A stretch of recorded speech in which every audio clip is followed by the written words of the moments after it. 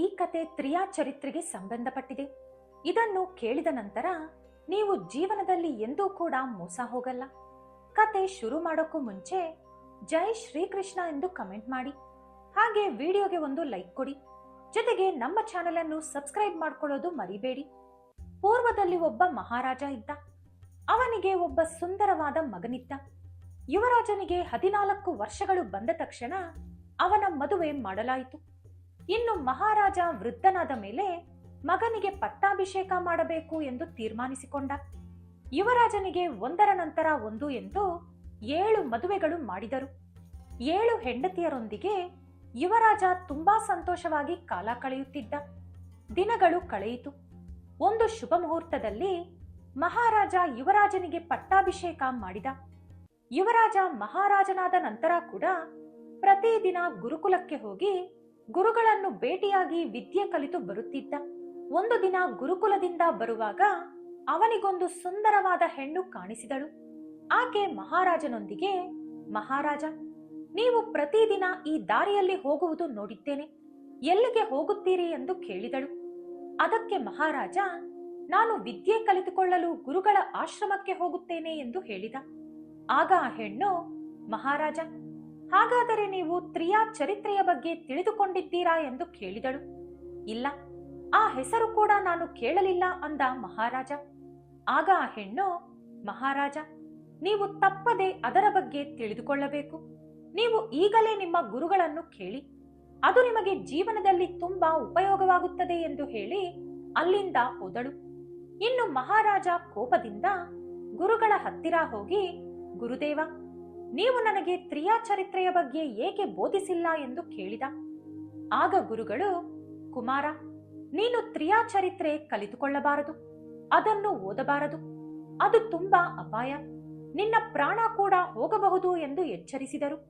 ಆದರೆ ಮಹಾರಾಜ, ಗುರುದೇವ, ನೀವು ನನ್ನ ಬಗ್ಗೆ ಚಿಂತಿಸಬೇಡಿ, ನಾನು ಈ ರಾಜ್ಯದ ಮಹಾರಾಜ, ನನಗೆ ತಿಳಿಯದ ವಿದ್ಯೆ ಇರಬಾರದು, ಹಾಗೆ ಅಪಾಯಕ್ಕೆ ನಾನು ಹೆದರುವುದಿಲ್ಲ. ನನಗೆ ಏನಾದರೂ ಆಪತ್ತು ಬಂದರೆ ನಾನೇ ನೋಡಿಕೊಳ್ಳುತ್ತೇನೆ, ನೀವು ನನಗೆ ಕೇವಲ ತ್ರಿಯಾ ಚರಿತ್ರೆ ಕಲಿಸಿಕೊಟ್ಟರೆ ಸಾಕು ಎಂದು ಹೇಳಿದ. ಇನ್ನು ಗುರುಗಳು 1 ವರ್ಷದ ಕಾಲ ತ್ರಿಯಾ ಚರಿತ್ರೆಯನ್ನು ಮಹಾರಾಜನಿಗೆ ಕಲಿಸಿದರು. ಒಂದು ದಿನ ಮಹಾರಾಜನನ್ನು ಕರೆದು, ಕುಮಾರ, ಇಂದಿಗೆ ತ್ರಿಯಾ ಚರಿತ್ರೆ ಬೋಧಿಸುವುದು ಪೂರ್ತಿಯಾಯಿತು, ಇನ್ನು ನೀನು ಮನೆಗೆ ಹೋಗಬಹುದು ಎಂದು ಹೇಳಿ 2 ಕಿವಿಗೆ ಹಾಕಿಕೊಳ್ಳುವಂತ ಯಂತ್ರಗಳನ್ನು ಕೊಟ್ಟು, ಕುಮಾರ, ಇದನ್ನು ನೀನು ಕಿವಿಗೆ ಹಾಕಿಕೊಂಡರೆ ನಿನ್ನನ್ನು ಯಾರೂ ಕೂಡ ಮಹಾರಾಜ ಎಂದು ಗುರುತಿಸುವುದಿಲ್ಲ, ನೀನು ಒಬ್ಬ ಸಾಮಾನ್ಯ ವ್ಯಕ್ತಿಯಂತೆ ಕಾಣಿಸುತ್ತೀಯ, ನಿನ್ನ ಪರಿಚಯಸ್ಥರು ಕೂಡ ನಿನ್ನನ್ನು ಕಂಡುಹಿಡಿಯಲು ಸಾಧ್ಯವಾಗುವುದಿಲ್ಲ. ಕುಮಾರ, ಇವತ್ತು ರಾತ್ರಿ ನೀನು ಈ ಯಂತ್ರಗಳನ್ನು ಕಿವಿಗೆ ಹಾಕಿಕೊಂಡು ಕಾಡಿನಲ್ಲಿ ಪೂರ್ವ ದಿಕ್ಕಿನ ಕಡೆಗೆ ಹೋಗಿ ಒಂದು ಮರದ ಹಿಂದೆ ಬಚ್ಚಿಟ್ಟುಕೋ ಎಂದು ಹೇಳಿದರು. ಸರಿ ಎಂದು ಹೇಳಿ ಗುರುಗಳಿಗೆ ನಮಸ್ಕರಿಸಿ ಆ ದಿನ ರಾತ್ರಿ 12 ಗಂಟೆಗೆ ಕಾಡಿನಲ್ಲಿ ಪೂರ್ವದ ಕಡೆ ಪ್ರಯಾಣಿಸಿ ಒಂದು ಮರದ ಹಿಂದೆ ಬಚ್ಚಿಟ್ಟುಕೊಂಡ ಮಹಾರಾಜ. ಸ್ವಲ್ಪ ಹೊತ್ತಿನ ನಂತರ ಆ ದಿನ ತ್ರಿಯಾ ಚರಿತ್ರೆ ಕಲಿತುಕೋ ಎಂದು ಹೇಳಿದ ಹೆಣ್ಣು ಆ ದಾರಿಯಲ್ಲಿ ಊಟ ಹೊತ್ತುಕೊಂಡು ನಡೆದುಕೊಂಡು ಹೋಗುತ್ತಾ ಕಾಣಿಸಿದಳು. ಆ ಸಮಯದಲ್ಲಿ ಊಟ ತೆಗೆದುಕೊಂಡು ಆ ಹೆಣ್ಣು ಎಲ್ಲಿಗೆ ಹೋಗುತ್ತಿದ್ದಾಳೆ ಎಂದು ಕುತೂಹಲದಿಂದ ರಾಜ ಅವಳನ್ನು ಹಿಂಬಾಲಿಸಿದ. ಆಕೆ ಒಂದು ಆಶ್ರಮದೊಳಗೆ ಹೋದಳು. ಆಶ್ರಮದಲ್ಲಿ ಇದ್ದ ಸಾಧು ಸಾಮಾನ್ಯ ವ್ಯಕ್ತಿಯಲ್ಲ, ಅವನೊಬ್ಬ ಸಾಧು ವೇಷದಲ್ಲಿದ್ದ ಮಾಂತ್ರಿಕ. ರಾಜ ಆಶ್ರಮದ ಆಚೆ ಬಚ್ಚಿಟ್ಟುಕೊಂಡು ಎಲ್ಲವೂ ನೋಡುತ್ತಿದ್ದ. ಮಾಂತ್ರಿಕ ಆ ಹೆಣ್ಣಿನೊಂದಿಗೆ ಇಷ್ಟು ಆಲಸ್ಯವಾಗಿ ಏಕೆ ಬಂದೆ ಎಂದು ಕೇಳಿದ. ಅದಕ್ಕೆ ಅವಳು, ಮಹಾತ್ಮ, ನನಗೆ ಮದುವೆಯಾಗಿದೆ, ಇಷ್ಟು ದಿನ ನನ್ನ ಗಂಡ ಪಕ್ಕದ ಊರಿನಲ್ಲಿದ್ದ, ಈಗ ನನ್ನನ್ನು ಕರೆದುಕೊಂಡು ಹೋಗಲು ಮನೆಗೆ ಬಂದಿದ್ದಾನೆ, ಅವನು ಮಲಗಿದ ನಂತರ ನಾನಿಲ್ಲಿಗೆ ಬಂದೆ ಎಂದು ಹೇಳಿದಳು. ಅದಕ್ಕೆ ಮಾಂತ್ರಿಕ, ನೀನು ನಿನ್ನ ಗಂಡನ ಜೊತೆಗೆ ಹೋಗಬೇಕು ಅಂದುಕೊಂಡಾಗ ನನ್ನ ಹತ್ತಿರ ಏಕೆ ಬಂದೆ ಎಂದು ಕೇಳಿದ. ಆಗ ಅವಳು, ನಿಮ್ಮನ್ನು ಬಿಟ್ಟು ನಾನು ಬದುಕುವುದಿಲ್ಲ ಎಂದು ಹೇಳಿದಳು. ಆಗ ಮಾಂತ್ರಿಕ, ಸರಿ, ನೀನು ನನ್ನ ಜೊತೆ ಬದುಕಬೇಕು ಅಂದುಕೊಂಡರೆ ಒಂದು ಕೆಲಸ ಮಾಡಬೇಕು ಎಂದು ಹೇಳಿದ. ನೀವೇನೇ ಹೇಳಿದರೂ ನಾನು ಮಾಡಲು ಸಿದ್ಧ ಅಂದಳು ಆ ಹೆಣ್ಣು. ಆಗ ಮಾಂತ್ರಿಕ ಒಂದು ಕತ್ತಿಯನ್ನು ಕೊಟ್ಟು, ನಿನ್ನ ನನ್ನ ಮಧ್ಯೆ ಗೋಡೆಯಂತೆ ಇರುವ ನಿನ್ನ ಗಂಡನ ತಲೆಯನ್ನು ಈ ಕತ್ತಿಯಿಂದ ಕತ್ತರಿಸಿ ತೆಗೆದುಕೊಂಡು ಬಾ, ಆಗ ನಾನು ನಿನ್ನನ್ನು ಮದುವೆಯಾಗುತ್ತೇನೆ ಎಂದು ಹೇಳಿದ. ಇನ್ನು ಆ ಹೆಣ್ಣು ಸ್ವಲ್ಪ ಕೂಡ ಯೋಚಿಸದೆ ಮನೆಗೆ ಹೋಗಿ ಗಂಡನ ತಲೆಯನ್ನು ಕತ್ತರಿಸಿ ಅದನ್ನು ಹೊತ್ತು ತಂದು ಮಾಂತ್ರಿಕನ ಮುಂದೆ ಇಟ್ಟಳು. ಅದನ್ನು ನೋಡಿದ ಮಾಂತ್ರಿಕ, ಓ ದುಷ್ಟ ಹೆಣ್ಣೆ, ಗಂಡನನ್ನೇ ಕೊಂದ ನೀನು ಒಂದಲ್ಲ ಒಂದು ದಿನ ನನ್ನನ್ನು ಕೂಡ ಕೊಲ್ಲುತ್ತೀಯ. ನೀನು ನಿನ್ನ ಶಾರೀರಿಕ ಸುಖಕ್ಕಾಗಿ ಎಂಥ ದುಷ್ಟ ಕೆಲಸ ಬೇಕಾದರೂ ಮಾಡುತ್ತೀಯ. ಮೊದಲು ಇಲ್ಲಿಂದ ಹೊರಟು ಹೋಗು, ನಿನ್ನ ಮುಖ ಕೂಡ ನನಗೆ ತೋರಿಸಬೇಡ ಎಂದು ಅವಳನ್ನು ಆಚೆ ತಳ್ಳಿದ. ಇದೆಲ್ಲವನ್ನು ಬಚ್ಚಿಟ್ಟುಕೊಂಡು ರಾಜ ನೋಡುತ್ತಲೇ ಇದ್ದ. ಇನ್ನು ಆ ಹೆಣ್ಣು ಗಂಡನನ್ನು ಕಳೆದುಕೊಂಡಳು. ನಂಬಿದ ಮಾಂತ್ರಿಕ ಕೂಡ ಮೋಸ ಮಾಡಿದ. ಇನ್ನು ಏನು ಮಾಡುವುದು ಎಂದು ದಿಕ್ಕು ತೋಚದೆ ಅಳುತ್ತಾ ಅಲ್ಲಿಂದ ಕಾಡಲ್ಲಿ ನಡೆಯುತ್ತಿದ್ದಳು. ಆಗ ಮಹಾರಾಜ ಕಿವಿಗೆ ಹಾಕಿಕೊಂಡಿರುವ ಯಂತ್ರಗಳನ್ನು ತೆಗೆದು ಅವಳ ಮುಂದೆ ಬಂದು ನಿಂತುಕೊಂಡು, ನೀಚ ಹೆಣ್ಣೆ, ನಿನ್ನ ಗಂಡನ ತಲೆಯನ್ನು ಕತ್ತರಿಸಿದ ನಿನಗೆ ಮರಣದಂಡನೆ ವಿಧಿಸುತ್ತೇನೆ ಎಂದು ಹೇಳಿದ. ಅದಕ್ಕೆ ಅವಳು, ಮಹಾರಾಜ, ನನ್ನ ಬಗ್ಗೆ ಚಿಂತಿಸಬೇಡಿ, ನಾನೇ ನನ್ನ ಗಂಡನ ಚಿತೆಯೊಳಗೆ ಹಾರಿ ಪ್ರಾಣ ಬಿಡುತ್ತೇನೆ. ಆ ರೀತಿಯಾದರೂ ನಾನು ಮಾಡಿದ ತಪ್ಪಿಗೆ ಸ್ವಲ್ಪ ಪರಿಹಾರ ಮಾಡಿಕೊಳ್ಳುತ್ತೇನೆ. ಆದರೆ ನಿಮಗೊಂದು ವಿಷಯ ಹೇಳಬೇಕು. ನೀವು ತ್ರಿಯಾ ಚರಿತ್ರೆ ತಿಳಿದುಕೊಂಡಿದ್ದೀರಿ ಎಂದು ಗೊತ್ತಾಯಿತು. ಇಲ್ಲದಿದ್ದರೆ ಈ ಸ್ಥಳ ನಿಮಗೆ ಗೊತ್ತಾಗುವುದಿಲ್ಲ. ನೀವು ಚಾಪೆಯ ಮೇಲೆ ಕೂತುಕೊಳ್ಳುವ ಪರಿಸ್ಥಿತಿ ಬಂದರೆ ಮೊದಲು ಆ ಚಾಪೆಯನ್ನು ಮೇಲೆ ತೆಗೆದು ಕೆಳಗೆ ಏನಿದೆ ಎಂದು ನೋಡಿ, ಅದರ ನಂತರ ಕುಳಿತುಕೊಳ್ಳಿ ಎಂದು ಹೇಳಿದಳು. ರಾಜನಿಗೆ ಅವಳ ಮಾತುಗಳು ಅರ್ಥವಾಗಲಿಲ್ಲ. ನೇರವಾಗಿ ಅರಮನೆಗೆ ಹಿಂದಿರುಗಿದ. ಮಾರನೆಯ ದಿನ ರಾತ್ರಿ ಮತ್ತೆ ಮಹಾರಾಜ ಯಂತ್ರಗಳನ್ನು ಕಿವಿಗೆ ಹಾಕಿಕೊಂಡು ಮಾಂತ್ರಿಕನ ಮನೆಯ ಮುಂದೆ ಇರುವ ಮರದ ಹಿಂದೆ ಬಚ್ಚಿಟ್ಟುಕೊಂಡ. ಆ ದಿನ ನಡೆದ ಘಟನೆ ರಾಜನನ್ನು ಆಶ್ಚರ್ಯಗೊಳಿಸಿತು. ಆ ದಿನ ರಾಜನ 7 ಹೆಂಡತಿಯರು ಕೂಡ ಊಟ ಹೊತ್ತುಕೊಂಡು ಮಾಂತ್ರಿಕನ ಮನೆಯ ಕಡೆ ಬರುತ್ತಿದ್ದರು. ರಾಜನಿಗೆ ಅವನ ಕಣ್ಣನ್ನು ಅವನೇ ನಂಬಲು ಆಗಲಿಲ್ಲ. ಇಷ್ಟರಲ್ಲಿ ರಾಜನ ಹೆಂಡತಿಯರಲ್ಲಿ ಒಬ್ಬಳು ರಾಜನನ್ನು ನೋಡಿದಳು. ಆದರೆ ಕಿವಿಯಲ್ಲಿ ಯಂತ್ರಗಳು ಇದ್ದುದರಿಂದ ಅವನು ಗಂಡ ಎಂದು ಅವರಿಗೆ ಗೊತ್ತಾಗಲಿಲ್ಲ. ಯಾರೋ ಒಬ್ಬ ಯುವಕ ಅಂದುಕೊಂಡು, ಏನಪ್ಪ, ಈ ಪಾತ್ರೆಗಳನ್ನು ಸ್ವಲ್ಪ ಆ ಮನೆಯವರೆಗೂ ಹೊತ್ತುಕೊಂಡು ಬಾ, ನಿನಗೆ 2 ಚಿನ್ನದ ನಾಣ್ಯ ಕೊಡುತ್ತೇವೆ ಎಂದು ಹೇಳಿದರು. ಸರಿ ಅಮ್ಮ ಎಂದು ಹೇಳಿ ಮಹಾರಾಜ ಆ ಪಾತ್ರೆಗಳನ್ನು ಹೊತ್ತುಕೊಂಡು ಮಾಂತ್ರಿಕನ ಮನೆಗೆ ಹೋದ. ರಾಜನ 7 ಹೆಂಡತಿಯರು ಸಾಧು ಪಕ್ಕ ಪ್ರೀತಿಯಿಂದ ಕುಳಿತುಕೊಂಡರು. ಅದನ್ನು ನೋಡಿದ ಮಹಾರಾಜ, ನಾನು ಎಷ್ಟೋ ಪ್ರೀತಿಯಿಂದ ನನ್ನ ಹೆಂಡತಿಯರನ್ನು ನೋಡಿಕೊಂಡೆ, ಆದರೆ ಮಹಾರಾಜನಾದ ನನ್ನನ್ನು ಮೋಸ ಮಾಡಿ ಒಬ್ಬ ಮಾಂತ್ರಿಕನ ಮೋಹದಲ್ಲಿ ಬೀಳಲು ಇವನ ಹತ್ತಿರ ಅಂಥದ್ದೇನಿದೆ ಎಂದು ಯೋಚಿಸತೊಡಗಿದ. ಅದೇ ಸಮಯದಲ್ಲಿ ಮಾಂತ್ರಿಕ ಮಹಾರಾಜನನ್ನು ನೋಡಿ, ಇವನು ಯಾರು, ಇಲ್ಲಿಗೆ ಏಕೆ ಕರೆತಂದಿದ್ದೀರಿ ಎಂದು ಕೇಳಿದ. ಅದಕ್ಕೆ ಮಹಾರಾಣಿಯರು, ಸ್ವಾಮಿ, ನಾವು ದಾರಿಯಲ್ಲಿ ಬರುವಾಗ ಇವನು ಕಾಣಿಸಿದ. ಸರಿ, ಈ ಊಟದ ಪಾತ್ರೆಗಳನ್ನು ಹೊತ್ತು ತರಲು ಇವನನ್ನು ಕರೆತಂದೆವು ಎಂದು ಹೇಳಿದರು. ಅಲ್ಲೇನು ನಡೆಯುತ್ತದೋ ತಿಳಿದುಕೊಳ್ಳಬೇಕು ಎಂಬ ಕುತೂಹಲದಿಂದ ಮಹಾರಾಜ ಮಾಂತ್ರಿಕನಿಗೆ ನಮಸ್ಕರಿಸುತ್ತಾ, ಸ್ವಾಮಿ, ನಾನು ಪಕ್ಕದ ಊರಿನವನು. ಈ ದಿನ ರಾತ್ರಿ ನಿಮ್ಮ ಮನೆಯಲ್ಲಿ ಮಲಗಲು ಸ್ವಲ್ಪ ಜಾಗ ಕೊಡಿ, ಬೆಳಿಗ್ಗೆ ಎದ್ದು ಹೊರಟು ಹೋಗುತ್ತೇನೆ ಎಂದು ಹೇಳಿದ. ಸರಿ ಎಂದು ಮಾಂತ್ರಿಕ ಒಂದು ಕೋಣೆ ತೋರಿಸಿ ಅಲ್ಲಿ ಹೋಗಿ ಮಲಗು ಎಂದು ಹೇಳಿದ. ಮಹಾರಾಜ ಆ ಕೋಣೆಯೊಳಗೆ ಹೋದ. ಅಲ್ಲೊಂದು ಚಾಪೆ ಹಾಸಿದ್ದರು. ಆ ಚಾಪೆ ನೋಡಿದ ತಕ್ಷಣ ಆ ಹೆಣ್ಣು ಹೇಳಿದ ಮಾತು ನೆನಪಾಯಿತು. ಹಾಗಾಗಿ ಚಾಪೆ ತೆಗೆದು ಕೆಳಗೆ ನೋಡಿದ. ಕೆಳಗೆ ಒಂದು ಗುಪ್ತವಾದ ಬಾಗಿಲು ಕಾಣಿಸಿತು. ಮಹಾರಾಜ ಮೆಟ್ಟಿಲುಗಳ ಮೂಲಕ ಆ ರಹಸ್ಯ ದಾರಿಯೊಳಗೆ ಪ್ರವೇಶಿಸಿದ. ಅಲ್ಲಿ ಹಲವಾರು ಜನ ಪುರುಷರನ್ನು ಬಂಧಿಸಿಡಲಾಗಿತ್ತು. ಮಹಾರಾಜ ಕಿವಿಯಲ್ಲಿರುವ ಯಂತ್ರಗಳನ್ನು ಬಿಚ್ಚಿದ. ಎಲ್ಲರೂ ಅವನನ್ನು ಕಂಡುಹಿಡಿದು, ಮಹಾರಾಜ, ದಯವಿಟ್ಟು ನಮ್ಮನ್ನು ಕಾಪಾಡಿ, ಈ ಮಾಂತ್ರಿಕ ತುಂಬಾ ಕೆಟ್ಟವನು, ನಮ್ಮ ಹೆಂಡತಿಯರನ್ನು ಬಲೆಗೆ ಹಾಕಿಕೊಂಡು ನಮ್ಮನ್ನು ಕೊಂದು ನಮ್ಮ ಶಕ್ತಿಯನ್ನು ಎಳೆದುಕೊಳ್ಳುತ್ತಿದ್ದಾನೆ. ನೀವು ಹೇಗಾದರೂ ಇಲ್ಲಿಂದ ಹೋಗಿ ಸೈನ್ಯವನ್ನು ಕರೆತನ್ನಿ ಎಂದು ಹೇಳಿದರು. ಗಾಬರಿಯಿಂದ ಮಹಾರಾಜ ಯಂತ್ರಗಳನ್ನು ಮತ್ತೆ ಹಾಕಿಕೊಳ್ಳದೆ ಅಲ್ಲಿಂದ ಓಡಿದ. ಅದನ್ನು ನೋಡಿದ ಮಹಾರಾಣಿಗಳು ಅವನನ್ನು ಕಂಡುಹಿಡಿದು ಮಾಂತ್ರಿಕನ ಬಳಿ ಬಂದು, ಸ್ವಾಮಿ, ಈಗ ಓಡಿ ಹೋದ ಆ ವ್ಯಕ್ತಿ ನಮ್ಮ ಗಂಡ, ಈ ರಾಜ್ಯದ ಮಹಾರಾಜ. ಈಗವನಿಗೆ ನಿಜ ಗೊತ್ತಾಗಿದೆ, ನಮ್ಮನ್ನು ಕೊಂದು ಬಿಡುತ್ತಾನೆ, ನೀವೇ ನಮ್ಮನ್ನು ಕಾಪಾಡಬೇಕು ಎಂದು ಬೇಡಿಕೊಂಡರು. ಆಗ ಮಾಂತ್ರಿಕ ಮಂತ್ರ ಮಾಡಿದ ಒಂದು ಮೊಳೆಯನ್ನು ಕೊಟ್ಟು, ಇದನ್ನು ನಿಮ್ಮ ಗಂಡನ ತಲೆಗೆ ಹೇಗಾದರೂ ಚುಚ್ಚಿ, ಆಗ ಅವನು ಅವನ ಶಕ್ತಿಯನ್ನೆಲ್ಲ ಕಳೆದುಕೊಳ್ಳುತ್ತಾನೆ. ಆಗ ನೀವು ಅವನನ್ನು ಸುಲಭವಾಗಿ ಕೊಲ್ಲಬಹುದು. ಕೊಂದು ಅವನ ತಲೆಯನ್ನು ನನಗೆ ತಂದುಕೊಡಿ, ನಾನು ನಿಮ್ಮೆಲ್ಲರನ್ನೂ ಚೆನ್ನಾಗಿ ನೋಡಿಕೊಳ್ಳುತ್ತೇನೆ ಎಂದು ಹೇಳಿದ. ಇನ್ನು ಆ 7 ಮಹಾರಾಣಿಗಳು ಆ ಮೊಳೆಯನ್ನು ತೆಗೆದುಕೊಂಡು ಅರಮನೆಗೆ ಹೋದರು. ಮಹಾರಾಜ ಅತಿಯಾಗಿ ಪ್ರೀತಿಸುವ ಕೊನೆ ರಾಣಿಗೆ ಆ ಮೊಳೆಯನ್ನು ಕೊಡುತ್ತಾ, ನೋಡು, ನಮ್ಮೆಲ್ಲರಿಗಿಂತ ಮಹಾರಾಜ ಹೆಚ್ಚಾಗಿ ಪ್ರೀತಿಸುವುದು, ನಂಬುವುದು ನಿನ್ನನ್ನೇ. ಯಾರನ್ನು ಹೆಚ್ಚಾಗಿ ನಂಬುತ್ತಾರೋ ಅವರ ಮೂಲಕ ಮೋಸ ಮಾಡುವುದು ತುಂಬಾ ಸುಲಭ ಎಂದು ಹೇಳಿದರು. ಅಷ್ಟರಲ್ಲಿ ಮಹಾರಾಜ ಅರಮನೆಗೆ ಬಂದ. ಅಲ್ಲಿ ರಾಣಿಯರನ್ನು ನೋಡಿದ. ಅವನು ಕೋಪದಿಂದ, ಎಷ್ಟು ಧೈರ್ಯ ಇದ್ದರೆ ಮತ್ತೆ ನನ್ನ ಅರಮನೆಯೊಳಗೆ ಕಾಲಿಡುತ್ತೀರಾ? ನಿಮ್ಮನ್ನು ಈಗಲೇ ತುಂಡು ತುಂಡಾಗಿ ಕತ್ತರಿಸುತ್ತೇನೆ ಎಂದು ಖಡ್ಗ ಕೈಯಲ್ಲಿ ತೆಗೆದುಕೊಂಡ.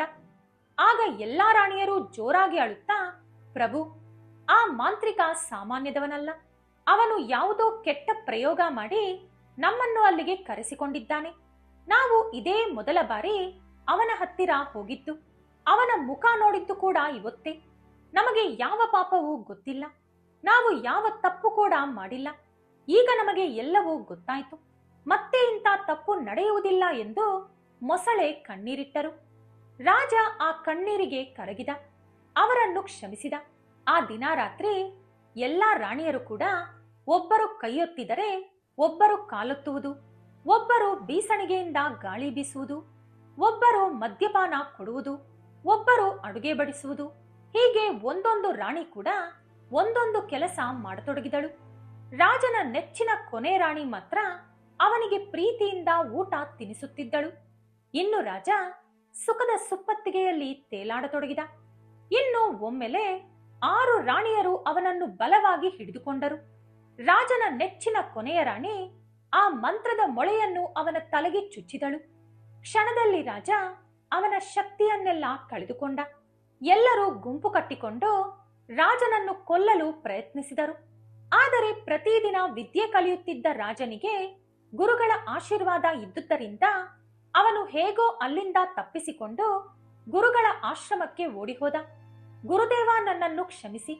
ನೀವು ಬೇಡ ಅಂದರೂ ಸ್ತ್ರೀಯ ಚರಿತ್ರೆಯನ್ನು ನಾನು ಕಲಿತುಕೊಂಡೆ. ಈಗ ನನ್ನ ಪ್ರಾಣಕ್ಕೆ ನನ್ನ ಹೆಂಡತಿಯರಿಂದಲೇ ಅಪಾಯ ಬಂದಿದೆ. ನನ್ನನ್ನು ಹೇಗಾದರೂ ಕಾಪಾಡಿ ಎಂದು ಕೇಳಿಕೊಂಡ. ಗುರುಗಳು ಏನಾಯ್ತು ಎಂದು ಕೇಳಿದರು. ರಾಜ ನಡೆದ ಎಲ್ಲಾ ವಿಷಯವನ್ನು ಹೇಳಿ, ಗುರುಗಳೇ, ನನ್ನ ತಲೆಯಲ್ಲಿ ಯಾವುದೋ ಒಂದು ಮಂತ್ರಿಸಿದ ಮೊಳೆಯನ್ನು ನನ್ನ ಹೆಂಡತಿಯರು ಚುಚ್ಚಿದ್ದಾರೆ. ಅದರಿಂದ ನನ್ನ ಶಕ್ತಿಯೆಲ್ಲ ಹೊರಟು ಹೋದಂತೆ ಅನಿಸುತ್ತಿದೆ ಎಂದು ಹೇಳಿದ. ಗುರುಗಳು ಆ ಮೊಳೆಯನ್ನು ನೋಡಿ, ಕುಮಾರ, ಇದು ಸಾಮಾನ್ಯವಾದ ಮೊಳೆಯಲ್ಲ. ಆ ಮಾಂತ್ರಿಕನ ಮಾಯಾವಿ ಶಕ್ತಿ ಇದರಲ್ಲಿದೆ. ನಿನ್ನನ್ನು ಯಾವ ಹೆಣ್ಣು ಯಾವ ಸ್ವಾರ್ಥವೂ ಇಲ್ಲದೆ ನಿರ್ಮಲವಾಗಿ ಪ್ರೀತಿಸುತ್ತಾಳೋ ಆಕೆ ಮಾತ್ರ ಇದನ್ನು ತೆಗೆಯಲು ಸಾಧ್ಯ. ಆದರೆ ಈಗ ನನ್ನ ಶಕ್ತಿ ಉಪಯೋಗಿಸಿ ನಿನ್ನನ್ನೊಂದು ಗಿಳಿಯಂತೆ ಬದಲಾಯಿಸುತ್ತೇನೆ. ಉತ್ತರ ದಿಕ್ಕಿನಲ್ಲಿ ಒಂದು ದೊಡ್ಡ ಆಲದ ಮರ ಇದೆ. ಅದರ ಮೇಲೆ ಅನೇಕ ಗಿಳಿಗಳು ವಾಸ ಮಾಡುತ್ತಿವೆ. ನೀನು ಕೂಡ ಅಲ್ಲೇ ವಾಸ ಇರು. ಆ ಮರ ತುಂಬಾ ಶಕ್ತಿಯುತವಾದದ್ದು. ಹಾಗಾಗಿ ಮಾಂತ್ರಿಕನ ಕಣ್ಣಿಗೆ ಆ ಮರ ಕಾಣಿಸುವುದಿಲ್ಲ. ಆ ಮರದಲ್ಲಿ ನೀನು ಇರುವವರೆಗೂ ನೀನು ಸುರಕ್ಷಿತವಾಗಿ ಇರುತ್ತೀಯ. ನಿನ್ನ ಅದೃಷ್ಟ ಚೆನ್ನಾಗಿತ್ತು ಅಂದರೆ ಆ ಹೆಣ್ಣು ನಿನಗೆ ಸಿಕ್ಕರೆ ಮತ್ತೆ ನೀನು ಮಹಾರಾಜನಾಗುತ್ತೀಯಾ ಎಂದು ಹೇಳಿದರು. ಮಹಾರಾಜ ಒಪ್ಪಿಕೊಂಡ. ಕೂಡಲೇ ಸಾಧು ತನ್ನ ಶಕ್ತಿಯನ್ನು ಉಪಯೋಗಿಸಿ ಮಹಾರಾಜನನ್ನು ಗಿಳಿಯಾಗಿ ಬದಲಾಯಿಸಿದರು. ರಾಜ ಸಾಧು ಹೇಳಿದ ಪ್ರಕಾರ ಉತ್ತರ ದಿಕ್ಕಿನಲ್ಲಿರುವ ಆಲದ ಮರದ ಮೇಲೆ ವಾಸಿಸತೊಡಗಿದ. ಹಲವಾರು ದಿನಗಳು ಕಳೆಯಿತು. ಮಹಾರಾಜ ಅಲ್ಲಿದ್ದ ಎಲ್ಲಾ ಗಿಳಿಗಳಿಗೂ ಒಳ್ಳೊಳ್ಳೆ ಕತೆಗಳು, ಉಪದೇಶಗಳು ಮಾಡುತ್ತಾ ಆ ಗಿಳಿಗಳ ಗುಂಪಿಗೆ ನಾಯಕನಾದ. ಇತ್ತ ಮಹಾರಾಣಿಯರು ಎಲ್ಲಾ ಕಡೆ ರಾಜನನ್ನು ಹುಡುಕಿ ಹುಡುಕಿ ಕೊನೆಗೆ ಆ ಮಾಂತ್ರಿಕನ ಹತ್ತಿರ ಹೋಗಿ, ಮಹಾನುಭಾವ, ನಾವು ಎಷ್ಟು ಹುಡುಕಿದರೂ ರಾಜ ಸಿಗುತ್ತಿಲ್ಲ. ನೀವೇ ನಿಮ್ಮ ಮಂತ್ರಶಕ್ತಿಯಿಂದ ಅವನು ಎಲ್ಲಿದ್ದಾನೆಂದು ತಿಳಿದುಕೊಂಡು ಹೇಳಿದರೆ ತುಂಬಾ ಸಹಾಯವಾಗುತ್ತದೆ ಎಂದು ಹೇಳಿದರು. ಕೂಡಲೇ ಮಾಂತ್ರಿಕ ಅವನ ಮಂತ್ರಶಕ್ತಿಯನ್ನು ಉಪಯೋಗಿಸಿ ಎಲ್ಲವನ್ನೂ ನೋಡಿದ. ಮಹಾರಾಣಿಗಳೇ, ಮಹಾರಾಜ ಎಲ್ಲಿದ್ದಾನೆ ಎಂದು ಗೊತ್ತಾಗುತ್ತಿಲ್ಲ. ಆದರೆ ಅವನು ಒಂದು ಗಿಳಿಯ ರೂಪದಲ್ಲಿದ್ದಾನೆ. ನೀವು ಈ ಕೂಡಲೇ ರಾಜ್ಯದಲ್ಲಿ ಡಂಗೂರ ಹಾಕಿಸಿ, ಎಲ್ಲಿ ಗಿಳಿ ಕಾಣಿಸಿದರೋ ನಿಮಗೆ ತಂದು ಕೊಡಲು ಹೇಳಿ. ಒಂದು ಗಿಳಿಗೆ 5 ಚಿನ್ನದ ನಾಣ್ಯಗಳು ಕೊಡುವುದಾಗಿ ಹೇಳಿ. ಆಗ ಎಲ್ಲರೂ ಗಿಳಿಗಳು ಕಂಡ ತಕ್ಷಣ ನಿಮಗೆ ತಂದು ಕೊಡುತ್ತಾರೆ. ನೀವು ಕೈಗೆ ಗಿಳಿ ಸಿಕ್ಕ ಕೂಡಲೇ ಅದನ್ನು ಕೊಂದು ಬಿಡಿ ಎಂದು ಹೇಳಿದ. ಮಹಾರಾಣಿಯರು ಅದೇ ರೀತಿ ಡಂಗೂರ ಹಾಕಿಸಿದರು. ಇನ್ನು ಆ ರಾಜ್ಯದ ಪ್ರಜೆಗಳೆಲ್ಲ ಎಲ್ಲಿ ಗಿಳಿಗಳು ಕಾಣಿಸಿದರೂ ಅದನ್ನು ಮಹಾರಾಣಿಯರಿಗೆ ಕೊಟ್ಟು 1 ಗಿಳಿಗೆ 5 ಚಿನ್ನದ ನಾಣ್ಯಗಳನ್ನು ತೆಗೆದುಕೊಂಡು ಹೋಗುತ್ತಿದ್ದರು. ಮಹಾರಾಣಿಯರು ಕೈಗೆ ಸಿಕ್ಕ ಪ್ರತಿ ಗಿಳಿಯನ್ನು ಕೂಡಲೇ ಕೊಂದು ಬಿಡುತ್ತಿದ್ದರು. ಇದೇ ರೀತಿ 100 ಗಿಳಿಗಳನ್ನು ಕೊಂದು ಬಿಟ್ಟರು. ಒಂದು ದಿನ ಒಬ್ಬ ಬೇಟೆಗಾರ ಆಲದ ಮರವನ್ನು ನೋಡಿದ. ಅದರ ಮೇಲಿದ್ದ 100 ಗಿಳಿಗಳನ್ನು ನೋಡಿ ಅವನಿಗೆ ತುಂಬಾನೇ ಖುಷಿಯಾಯಿತು. ಇಷ್ಟು ಗಿಳಿಗಳನ್ನು ರಾಣಿಯರಿಗೆ ಕೊಟ್ಟರೆ ನನಗೆ ಬೇಕಾದಷ್ಟು ಚಿನ್ನದ ನಾಣ್ಯಗಳು ಸಿಗುತ್ತವೆ. ನಾನು ನನ್ನ ಹೆಂಡತಿ ಮಕ್ಕಳು ಶ್ರೀಮಂತಿಕೆ ಅನುಭವಿಸಬಹುದು. ಆದರೆ ಇಷ್ಟೊಂದು ಗಿಳಿಗಳನ್ನು ಹೇಗೆ ಹಿಡಿಯುವುದು ಎಂದು ಯೋಚಿಸಿದ. ಅವನಿಗೊಂದು ಉಪಾಯ ಹೊಳೆಯಿತು. ಗಿಳಿಗಳು ಆಹಾರ ಹುಡುಕಲು ಹೋದ ಸಮಯದಲ್ಲಿ ಕತ್ತಿಯಿಂದ ಮರವನ್ನೆಲ್ಲ ಗೀಚಿದ. ಆ ಮರದ ಒಳಗಿಂದ ಅಂಟಿನ ಪದಾರ್ಥ ಹೊರಗೆ ಬಂತು. ಗಿಳಿಗಳು ಬಂದು ಮರದ ಮೇಲೆ ಕುಳಿತುಕೊಂಡವು. ಅಂಟಿನ ಪದಾರ್ಥ ಅವುಗಳ ಕಾಲುಗಳು ಹಾಗೂ ರೆಕ್ಕೆಗಳಿಗೆ ಅಂಟಿಕೊಂಡು ಅವುಗಳಿಗೆ ಹಾರಲು ಸಾಧ್ಯವಾಗಲಿಲ್ಲ. ಬೆಳಿಗ್ಗೆ ಬಂದು ಗಿಳಿಗಳನ್ನು ತೆಗೆದುಕೊಂಡು ಹೋಗೋಣ ಅಂದುಕೊಂಡು ಬೇಟೆಗಾರ ಮನೆಗೆ ಹೋದ. ಅಷ್ಟರಲ್ಲಿ ಎಲ್ಲಾ ಗಿಳಿಗಳು ಮಹಾರಾಜನನ್ನು ಏನು ಮಾಡುವುದು ಎಂದು ಕೇಳಿದವು. ಆಗ ಮಹಾರಾಜ, ನೋಡಿ, ನಾಳೆ ಬೇಟೆಗಾರ ಬರುವ ಸಮಯದಲ್ಲಿ ನೀವೆಲ್ಲರೂ ಸತ್ತು ಹೋದಂತೆ ನಟಿಸಿ. ಆಗ ನಿಮ್ಮನ್ನು ಬೇಟೆಗಾರ ಕೆಳಗೆ ಇಳಿಸುತ್ತಾನೆ. ಎಲ್ಲರನ್ನೂ ಇಳಿಸಿದ ನಂತರ ನೀವೆಲ್ಲರೂ ಒಂದೇ ಸಲ ಹಾರಿ ಹೋಗಿ ಬೇರೆ ಎಲ್ಲಾದರೂ ಸುಖವಾಗಿ ಬದುಕಿ. ನಾನು ಬೇಟೆಗಾರನ ಕೈಗೆ ಸಿಗುವ ಮೂಲಕ ಇಲ್ಲೇನು ನಡೆಯುತ್ತಿದೆ ಎಂದು ತಿಳಿದುಕೊಳ್ಳುತ್ತೇನೆ ಎಂದು ಹೇಳಿದ. ಗಿಳಿಗಳು ಅದೇ ರೀತಿ ಮಾಡಿದವು. ಬೇಟೆಗಾರ ಅಯ್ಯಯ್ಯೋ, ಇಷ್ಟೊಂದು ಗಿಳಿಗಳು ನನ್ನಿಂದ ಸತ್ತು ಹೋಯಿತಲ್ಲ ಎಂದು ನೊಂದುಕೊಂಡು ಅವುಗಳನ್ನು ಮಣ್ಣು ಮಾಡಲು ಎಲ್ಲವನ್ನೂ ಕೆಳಗೆ ಇಳಿಸಿದ. ಕೂಡಲೇ ಎಲ್ಲಾ ಗಿಳಿಗಳು ಹಾರಿಹೋದವು. ಆದರೆ ಮಹಾರಾಜ ಗಿಳಿ ಮಾತ್ರ ಅಲ್ಲೇ ಕುಳಿತಿತ್ತು. ಸರಿ, ಈ 1 ಗಿಳಿಯನ್ನಾದರೂ ಕೊಟ್ಟು 5 ನಾಣ್ಯಗಳು ತೆಗೆದುಕೊಳ್ಳೋಣ ಅಂದುಕೊಂಡು ಆ ಗಿಳಿಯನ್ನು ಬೇಟೆಗಾರ ತೆಗೆದುಕೊಂಡ. ಆಗ ಮಹಾರಾಜ ಗಿಳಿ, ಬೇಟೆಗಾರ, ನನ್ನನ್ನು ಯಾರಿಗೆ ಕೊಡುತ್ತಿದ್ದೀಯಾ? ಕೊಟ್ಟರೆ ನಿನಗೆ ಎಷ್ಟು ಬರುತ್ತದೆ ಎಂದು ಕೇಳಿದ. ಬೇಟೆಗಾರ ಆಶ್ಚರ್ಯದಿಂದ, ನೀನು ಮಾತನಾಡುತ್ತೀಯ, ಆದರೂ ನನಗೇನು ಉಪಯೋಗ? ನಿನ್ನನ್ನು ಮಹಾರಾಣಿಗೆ ಕೊಟ್ಟರೆ 5 ಚಿನ್ನದ ನಾಣ್ಯಗಳು ಸಿಗುತ್ತದೆ ಎಂದು ಹೇಳಿದ. ಆಗ ಮಹಾರಾಜ ಗಿಳಿ ನಗುತ್ತಾ, ಅಯ್ಯೋ ಬೇಟೆಗಾರ, ನಾನು ಮಾತನಾಡುವ ಅಪರೂಪದ ಗಿಳಿ. ಬರೀ 5 ಚಿನ್ನದ ನಾಣ್ಯಗಳಿಗೆ ನನ್ನನ್ನು ಮಾರುತ್ತೀಯ? ನಿನಗೆ 5,000 ಚಿನ್ನದ ನಾಣ್ಯಗಳು ಸಿಗುವ ಉಪಾಯ ಹೇಳುತ್ತೇನೆ. ನನ್ನ ಜೊತೆ ಕೈ ಜೋಡಿಸುತ್ತೀಯಾ ಎಂದು ಕೇಳಿತು. ಬೇಟೆಗಾರ ಒಪ್ಪಿಕೊಂಡ. ಆಗ ಗಿಳಿ ಬೇಟೆಗಾರನೊಂದಿಗೆ, ನನ್ನನ್ನು ಪಕ್ಕದ ರಾಜ್ಯಕ್ಕೆ ಕರೆದುಕೊಂಡು ಹೋಗು. ಅಲ್ಲಿ ನನ್ನನ್ನು ಮಾರಾಟಕ್ಕೆ ಇಡು. ನನ್ನನ್ನು ನಾನೇ ಮಾರಿಕೊಳ್ಳುತ್ತೇನೆ. ನಿನಗೆ 5,000 ಚಿನ್ನದ ನಾಣ್ಯಗಳು ಸಿಗುವಂತೆ ಮಾಡುತ್ತೇನೆ ಎಂದು ಹೇಳಿತು. ಬೇಟೆಗಾರ ಗಿಳಿಯನ್ನು ಕರೆದುಕೊಂಡು ಪಕ್ಕದ ರಾಜ್ಯಕ್ಕೆ ಹೋದ. ಅಲ್ಲಿ ಗಿಳಿ ತನ್ನ ಬೆಲೆ 5,000 ಚಿನ್ನದ ನಾಣ್ಯಗಳು ಎಂದು ತಾನೇ ಕೂಗತೊಡಗಿತು. ಸಾಮಾನ್ಯ ಪ್ರಜೆಗಳು 5,000 ಚಿನ್ನದ ನಾಣ್ಯಗಳು ಎಲ್ಲಿಂದ ತರಲು ಸಾಧ್ಯ? ಹಾಗಾಗಿ ಯಾರೂ ಗಿಳಿಯನ್ನು ಕೊಂಡುಕೊಳ್ಳಲು ಮುಂದೆ ಬರಲಿಲ್ಲ. ಆದರೆ ಆ ರಾಜ್ಯದ ಮಹಾರಾಜ ಸತ್ಯವಂತ, ಧರ್ಮವಂತ. ಸಂಜೆ ಹೊತ್ತಿಗೆ ಯಾರ ಬಳಿ ಎಷ್ಟು ಪದಾರ್ಥಗಳು ಉಳಿದಿರುತ್ತದೋ ಅದೆಲ್ಲವನ್ನು ಮಹಾರಾಜ ಕೊಂಡುಕೊಳ್ಳುತ್ತಿದ್ದ. ಇನ್ನು ಸಂಜೆಯಾಯಿತು. ಎಲ್ಲಾ ವ್ಯಾಪಾರಸ್ಥರು ಅವರ ವಸ್ತುಗಳು ಮತ್ತು ಪದಾರ್ಥಗಳನ್ನು ಮಾರಿ ಮನೆಗೆ ಹೊರಟು ಹೋದರು. ಬೇಟೆಗಾರ ಮತ್ತು ಗಿಳಿ ಮಾತ್ರ ಅಲ್ಲೇ ಇದ್ದರು. ಎಂದಿನಂತೆ ಸಂಜೆ ರಾಜಭಟರು ಬೇಟೆಗಾರನ ಹತ್ತಿರ ಬಂದು, ನಿನ್ನ ಗಿಳಿಯ ಬೆಲೆ ಎಷ್ಟು ಎಂದು ಕೇಳಿದರು. ಆಗ ಗಿಳಿ, ನನ್ನ ಬೆಲೆ 5,000 ಚಿನ್ನದ ನಾಣ್ಯಗಳು, 1 ನಾಣ್ಯ ಕೂಡ ಕಡಿಮೆಯಾಗಬಾರದು ಎಂದು ಹೇಳಿತು. ಮಾತನಾಡುವ ಗಿಳಿಯನ್ನು ಆಶ್ಚರ್ಯದಿಂದ ನೋಡಿದ ರಾಜಭಟರು ರಾಜನ ಹತ್ತಿರ ಹೋಗಿ, ಪ್ರಭು, ಎಲ್ಲಾ ವ್ಯಾಪಾರಸ್ಥರು ಮನೆಗೆ ಹೊರಟು ಹೋಗಿದ್ದಾರೆ. ಆದರೆ ಒಬ್ಬ ಬೇಟೆಗಾರ ಮಾತ್ರ ಗಿಳಿಯನ್ನು ಹಿಡಿದುಕೊಂಡು ಕುಳಿತಿದ್ದಾನೆ. ಆದರೆ ಪ್ರಭು, ಆ ಗಿಳಿ ಮಾತನಾಡುತ್ತದೆ. ಅದರ ಬೆಲೆ 5,000 ಚಿನ್ನದ ನಾಣ್ಯಗಳು ಎಂದು ಅದೇ ಹೇಳುತ್ತಿದೆ. 1 ನಾಣ್ಯ ಕೂಡ ಕಡಿಮೆ ಆಗಬಾರದಂತೆ. ನಮ್ಮ ಹತ್ತಿರ ಅಷ್ಟೊಂದು ನಾಣ್ಯಗಳು ಇರಲಿಲ್ಲ. ಹಾಗಾಗಿ ನಿಮ್ಮ ಹತ್ತಿರ ಬಂದಿದ್ದೇವೆ ಎಂದು ಹೇಳಿದರು. ಮಹಾರಾಜ ಆಶ್ಚರ್ಯದಿಂದ, ಮಾತನಾಡುವ ಗಿಳಿಯೇ? ನಾನೆಂದೂ ನೋಡಲಿಲ್ಲ. ಸರಿ, ನಾನೇ ಬರುತ್ತೇನೆ. ಆ ಗಿಳಿಯನ್ನು ನಾನೇ ಕೊಂಡುಕೊಳ್ಳುತ್ತೇನೆ ಎಂದು ಹೇಳಿ ಮಹಾರಾಜ ಸ್ವತಃ ಬಂದು 5,000 ಚಿನ್ನದ ನಾಣ್ಯಗಳನ್ನು ಬೇಟೆಗಾರನಿಗೆ ಕೊಟ್ಟು ಆ ಗಿಳಿಯನ್ನು ಕೊಂಡುಕೊಂಡ. ಇನ್ನು ಅಂದಿನಿಂದ ಆ ಗಿಳಿ ಮಹಾರಾಜನಿಗೆ ಎಲ್ಲಾ ವಿಷಯಗಳಲ್ಲಿ ಸಹಾಯ ಮಾಡುತ್ತಿತ್ತು. ಒಳ್ಳೊಳ್ಳೆ ಉಪದೇಶಗಳನ್ನು ಕೊಡುತ್ತಿತ್ತು. ರಾಜ್ಯ ನಡೆಸಲು ಒಳ್ಳೊಳ್ಳೆ ಸಲಹೆಗಳನ್ನು ಕೊಡುತ್ತಿತ್ತು.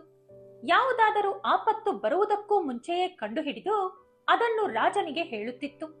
ಹಾಗಾಗಿ ಕೆಲವೇ ದಿನಗಳಲ್ಲಿ ಆ ಗಿಳಿ ಅರಮನೆಯಲ್ಲಿ ಎಲ್ಲರಿಗೂ ಪ್ರಿಯವಾದ ಸ್ನೇಹಿತನಾಯಿತು. ಆ ರಾಜನಿಗೆ ಸುಂದರವಾದ ಒಬ್ಬಳು ಮಗಳಿದ್ದಳು. ಪ್ರತಿದಿನ ಗಿಳಿಯನ್ನು ಯುವರಾಣಿಯೇ ನೋಡಿಕೊಳ್ಳುತ್ತಿದ್ದಳು. ಅದರ ಜೊತೆ ಆಟ ಆಡುವುದು, ಮಾತನಾಡುವುದು, ಊಟ ತಿನ್ನಿಸುವುದು, ಸ್ನಾನ ಮಾಡಿಸುವುದು, ಹೀಗೆ ಪ್ರತಿದಿನ ಬೆಳಿಗ್ಗೆಯಿಂದ ಸಂಜೆಯವರೆಗೂ ಗಿಳಿಯ ಜೊತೆಯೇ ಕಳೆಯುತ್ತಿದ್ದಳು. ಹೀಗೆ ಆ ಗಿಳಿಯನ್ನು ತುಂಬಾ ಹಚ್ಚಿಕೊಂಡಿದ್ದಳು. ಈ ಗಿಳಿ ಒಬ್ಬ ಯುವರಾಜನಾಗಿದ್ದರೆ ಎಷ್ಟು ಚೆನ್ನಾಗಿರುತ್ತಿತ್ತು ಎಂದು ಯುವರಾಣಿ ಯೋಚಿಸುತ್ತಿದ್ದಳು. ಯುವರಾಜ ಆಗದಿದ್ದರೆ ಏನು, ನಾನು ಈ ಗಿಳಿಯ ಜೊತೆಯೇ ಬದುಕುತ್ತೇನೆ ಎಂದು ಯುವರಾಣಿ ತೀರ್ಮಾನಿಸಿಕೊಂಡಳು. ಇತ್ತ ಮಹಾರಾಣಿಯರು ಕೆಲ ಸಾವಿರಾರು ಗಿಳಿಗಳನ್ನು ಕೊಂದು ಬಿಟ್ಟಿದ್ದರು. ಇನ್ನು ರಾಜ್ಯದಲ್ಲಿ ಗಿಳಿಗಳು ಇಲ್ಲದಿರುವುದರಿಂದ ಮತ್ತೆ ಅವರು ಮಾಂತ್ರಿಕನ ಹತ್ತಿರ ಹೋಗಿ, ಮಹಾನುಭಾವ, ನಮ್ಮ ರಾಜ್ಯದಲ್ಲಿ ಒಂದು ಗಿಳಿ ಕೂಡ ಇಲ್ಲ, ಎಲ್ಲವನ್ನೂ ಕೊಂದು ಬಿಟ್ಟಿದ್ದೇವೆ. ಮಹಾರಾಜ ಕೂಡ ಸತ್ತು ಹೋಗಿರಬಹುದು, ಒಂದು ಸಲ ನೋಡಿ ಖಚಿತಪಡಿಸಿ ಎಂದು ಕೇಳಿದರು. ಮಾಂತ್ರಿಕ ಮಂತ್ರಶಕ್ತಿಯಿಂದ ನೋಡಿದ ಕೂಡಲೇ ಅವನು ಮಹಾರಾಣಿಗಳೊಂದಿಗೆ, ರಾಣಿಗಳೇ, ನೀವು ನಿಮ್ಮ ರಾಜ್ಯದಲ್ಲಿ ಹುಡುಕುತ್ತಿದ್ದರೆ ಮಹಾರಾಜ ಪಕ್ಕದ ರಾಜ್ಯದ ಅರಮನೆಯಲ್ಲಿ ಸುಖವಾಗಿ ಬದುಕುತ್ತಿದ್ದಾನೆ. ಅವನು ಎಲ್ಲರಿಗೂ ನಿಜ ಹೇಳುವ ಮುಂಚೆ ನಾವವನನ್ನು ಕೊಂದು ಬಿಡಬೇಕು, ಇಲ್ಲದಿದ್ದರೆ ಎಲ್ಲರಿಗೂ ಅಪಾಯ. ನೀವು ಈ ಕೂಡಲೇ ಸುಂದರವಾಗಿ ನಾಟ್ಯ ಆಡುವುದು ಕಲಿತುಕೊಳ್ಳಿ. ಪಕ್ಕದ ರಾಜ್ಯಕ್ಕೆ ಹೋಗಿ ಮಹಾರಾಜನ ಮುಂದೆ ನಾಟ್ಯ ಆಡಿ ಅವನನ್ನು ಮೆಚ್ಚಿಸಿ.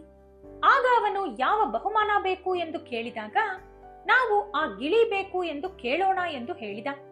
ಮಹಾರಾಣಿಗಳು ಅದೇ ರೀತಿ ನಾಟ್ಯ ಕಲಿತುಕೊಂಡರು. ಒಂದು ದಿನ ಮಾಂತ್ರಿಕರು ಹಾಗೂ ಮಹಾರಾಣಿಯರು ಪಕ್ಕದ ರಾಜ್ಯಕ್ಕೆ ಹೋಗಿ ರಾಜನನ್ನು ಭೇಟಿಯಾಗಿ, ಮಹಾರಾಜ, ನಾವು ಎಲ್ಲಾ ರಾಜ್ಯಗಳಿಗೂ ಹೋಗಿ ನಮ್ಮ ನಾಟ್ಯವನ್ನು ಪ್ರದರ್ಶಿಸಿ ರಾಜನನ್ನು ಮೆಚ್ಚಿಸಿ ಅವರು ಕೊಡುವ ಬಹುಮಾನಗಳನ್ನು ತೆಗೆದುಕೊಂಡು ಬರುತ್ತಿದ್ದೇವೆ. ಈಗ ನಿಮ್ಮ ರಾಜ್ಯಕ್ಕೆ ಬಂದಿದ್ದೇವೆ. ನಿಮ್ಮ ರಾಜ್ಯದಲ್ಲೂ ನಾವು ನಾಟ್ಯ ಪ್ರದರ್ಶನ ಮಾಡಲು ಅನುಮತಿ ಕೊಡಿ ಎಂದು ಕೇಳಿದರು. ಮಹಾರಾಜ ಒಪ್ಪಿಕೊಂಡ. ಮಾಂತ್ರಿಕ ಸಂಗೀತ ವಾದ್ಯಗಳನ್ನು ನುಡಿಸುತ್ತಿದ್ದರೆ ಮಹಾರಾಣಿಯರು ಸುಂದರವಾಗಿ ನೃತ್ಯ ಮಾಡುತ್ತಿದ್ದರು. ಅವರ ನೃತ್ಯವನ್ನು ಮೆಚ್ಚಿದ ಮಹಾರಾಜ, ನಿಮಗೆ ಏನು ಬೇಕು ಎಂದು ಕೇಳಿದ. ಅಂದುಕೊಂಡ ಪ್ರಕಾರ, ಮಹಾರಾಜ, ನಿಮ್ಮ ಹತ್ತಿರ ಮಾತನಾಡುವ ಗಿಳಿ ಇರುವುದಾಗಿ ಕೇಳ್ಪಟ್ಟಿದ್ದೇವೆ, ನಮಗೆ ಆ ಗಿಳಿಯನ್ನು ಬಹುಮಾನವಾಗಿ ಕೊಡಿ ಎಂದು ಕೇಳಿದರು. ಇಷ್ಟವಿಲ್ಲದಿದ್ದರೂ ಕೊಟ್ಟ ಮಾತಿನ ಪ್ರಕಾರ ಗಿಳಿಯನ್ನು ಮಗಳ ಹತ್ತಿರದಿಂದ ತಂದು ಮಾಂತ್ರಿಕನಿಗೆ ಕೊಡಲು ಹೋದ ಮಹಾರಾಜ. ಆಗ ಗಿಳಿ ಭಯದಿಂದ ರಾಜನ ಕೈಯನ್ನು ಗೀರಿ ಅವನ ಕೈಯಿಂದ ತಪ್ಪಿಸಿಕೊಂಡು ಯುವರಾಣಿಯ ಹತ್ತಿರ ಹಾರಿಹೋಯಿತು. ಯಾವಾಗಲೂ ಸೌಮ್ಯವಾಗಿ ಇದ್ದ ಗಿಳಿ ಈಗ ಹಠಾತ್ತನೆ ಏಕೀ ರೀತಿ ನಡೆದುಕೊಳ್ಳುತ್ತಿದೆ ಎಂದು ಮಹಾರಾಜನಿಗೆ ಆಶ್ಚರ್ಯವಾಯಿತು. ಅವರ ಮೇಲೆ ಅನುಮಾನ ಬಂತು. ಆದರೆ ಕೊಟ್ಟ ಮಾತಿನ ಪ್ರಕಾರ ಗಿಳಿಯನ್ನು ತರುವಂತೆ ಮಂತ್ರಿಯನ್ನು ಕಳಿಸಿದ. ಈ ಬಾರಿ ಯುವರಾಣಿ ಕೂಡ ಗಿಳಿಯನ್ನು ಎತ್ತಿಕೊಂಡು ಮಂತ್ರಿಯ ಜೊತೆಗೆ ಬಂದಳು. ಆಗ ಗಿಳಿ ಮಾತನಾಡುತ್ತಾ, ಮಹಾರಾಜ, ಇವರು ನನ್ನನ್ನು ಕೊಂದು ಬಿಡುತ್ತಾರೆ, ದಯವಿಟ್ಟು ಕಾಪಾಡಿ, ಇವನೊಬ್ಬ ಮಾಂತ್ರಿಕ ಎಂದು ಹೇಳಿತು. ಅಷ್ಟರಲ್ಲಿ ಮಾಂತ್ರಿಕ ಅವನ ಪಕ್ಕದಲ್ಲಿದ್ದ ಒಬ್ಬ ಸೈನಿಕನ ಕತ್ತಿಯನ್ನು ತೆಗೆದುಕೊಂಡು ಗಿಳಿಯನ್ನು ಕೊಲ್ಲಲು ಹೋದ. ಆ ಕೂಡಲೇ ಮಹಾರಾಜ ಖಡ್ಗವನ್ನು ತೆಗೆದುಕೊಂಡು ಮಾಂತ್ರಿಕನ ತಲೆಯನ್ನು ಕತ್ತರಿಸಿದ. ಅದರ ನಂತರ 7 ಮಹಾರಾಣಿಯರನ್ನು ಸೆರೆಮನೆಯೊಳಗೆ ಬಂಧಿಸಿದ. ಮಹಾರಾಜ ಹಾಗೂ ಯುವರಾಣಿ ಕುಳಿತುಕೊಂಡು ನಡೆದ ವಿಷಯವನ್ನು ಹೇಳುವಂತೆ ಗಿಳಿಗೆ ಕೇಳಿದರು. ಆಗ ಗಿಳಿ ಎಲ್ಲವನ್ನೂ ವಿವರಿಸಿ ಹೇಳಿತು. ಯುವರಾಣಿ ಗಿಳಿಯ ತಲೆಯ ಮೇಲಿರುವ ಮೊಳೆಯನ್ನು ಕಿತ್ತಳು. ಯುವರಾಣಿ ಮನಸಾರೆ ಗಿಳಿಯನ್ನು ಪ್ರೀತಿಸುತ್ತಿದ್ದ ಕಾರಣ ಅವಳು ಮೊಳೆಯನ್ನು ಕಿತ್ತ ತಕ್ಷಣ ಗಿಳಿ ರಾಜನಂತೆ ಬದಲಾದ. ಮಹಾರಾಜ ಯುವರಾಣಿಯನ್ನು ಕೊಟ್ಟು ರಾಜನೊಂದಿಗೆ ಮದುವೆ ಮಾಡಿದ. ಮಹಾರಾಜ ಯುವರಾಣಿಯನ್ನು ಮತ್ತು ಅವನ 7 ಜನ ಹೆಂಡತಿಯರನ್ನು ಕರೆದುಕೊಂಡು ಅವನ ರಾಜ್ಯಕ್ಕೆ ಹಿಂದಿರುಗಿದ. ಆ 7 ಜನ ರಾಣಿಯರನ್ನು ಸೆರೆಮನೆಯೊಳಗೆ ಬಂಧಿಸಿ ಪ್ರತಿದಿನ ಒಂದೊಂದು ರೀತಿಯಾದ ಚಿತ್ರಹಿಂಸೆ ಕೊಡುವಂತೆ ಆದೇಶಿಸಿದ. ನಿರ್ಮಲವಾದ ಪ್ರೀತಿ ಸಿಕ್ಕ ಕಾರಣ ಮಹಾರಾಜ ಸಂತೋಷವಾಗಿ ಬದುಕತೊಡಗಿದ. ಸ್ನೇಹಿತರೆ, ನಮ್ಮ ಸುತ್ತಲೂ ಕೂಡ ಒಳ್ಳೆಯ ಮುಖವಾಡ ಧರಿಸಿದ ದುಷ್ಟ ಸ್ವಭಾವದ ಜನರು ತುಂಬಾನೇ ಇರ್ತಾರೆ. ತಮ್ಮ ಸ್ವಾರ್ಥಕ್ಕಾಗಿ ಯಾರನ್ನಾದರೂ ಮೋಸ ಮಾಡ್ತಾರೆ. ಹಾಗಾಗಿ ಯಾರನ್ನೂ ಕೂಡ ಅಷ್ಟು ಬೇಗನೆ ನಂಬಬೇಡಿ. ಒಬ್ಬ ವ್ಯಕ್ತಿ ಇನ್ನೊಬ್ಬ ವ್ಯಕ್ತಿಯನ್ನು ಮೋಸ ಮಾಡೋಣ ಅಥವಾ ಇನ್ನೊಬ್ಬ ವ್ಯಕ್ತಿ ಹಾಳಾಗಲಿ ಎಂದು ಹೇಳುತ್ತಿದ್ದಾನೆ ಅಂದರೆ ನಾಳೆ ಆ ವ್ಯಕ್ತಿ ನಿಮ್ಮ ಪತನವನ್ನು ಕೂಡ ಬಯಸುತ್ತಾನೆ ಎಂದು ಅರ್ಥ. ಅವನು ಹೇಳಿದ್ದು ಬೇರೆಯವರ ಬಗ್ಗೆ, ನಮ್ಮ ಬಗ್ಗೆ ಅಲ್ಲವಲ್ಲ ಎಂದು ಅಂದುಕೊಳ್ಳಬೇಡಿ. ಅಂತಹವರಿಂದ ದೂರ ಇರುವುದು ಉತ್ತಮ. ಈ ಕತೆ ಇಷ್ಟ ಆದ್ರೆ ಲೈಕ್ ಮಾಡಿ, ಶೇರ್ ಮಾಡಿ. ಇಂತಹ ಹೆಚ್ಚಿನ ನೀತಿ ಕಥೆಗಳಿಗಾಗಿ ತಪ್ಪದೇ ನಮ್ಮ ಚಾನೆಲ್ ಅನ್ನು ಸಬ್ಸ್ಕ್ರೈಬ್ ಮಾಡಿಕೊಂಡು ಬೆಲ್ ಐಕಾನ್ ಪ್ರೆಸ್ ಮಾಡಿ. ಮತ್ತೊಂದು ವಿಡಿಯೋದೊಂದಿಗೆ ಪುನಃ ಭೇಟಿಯಾಗೋಣ. ಧನ್ಯವಾದಗಳು.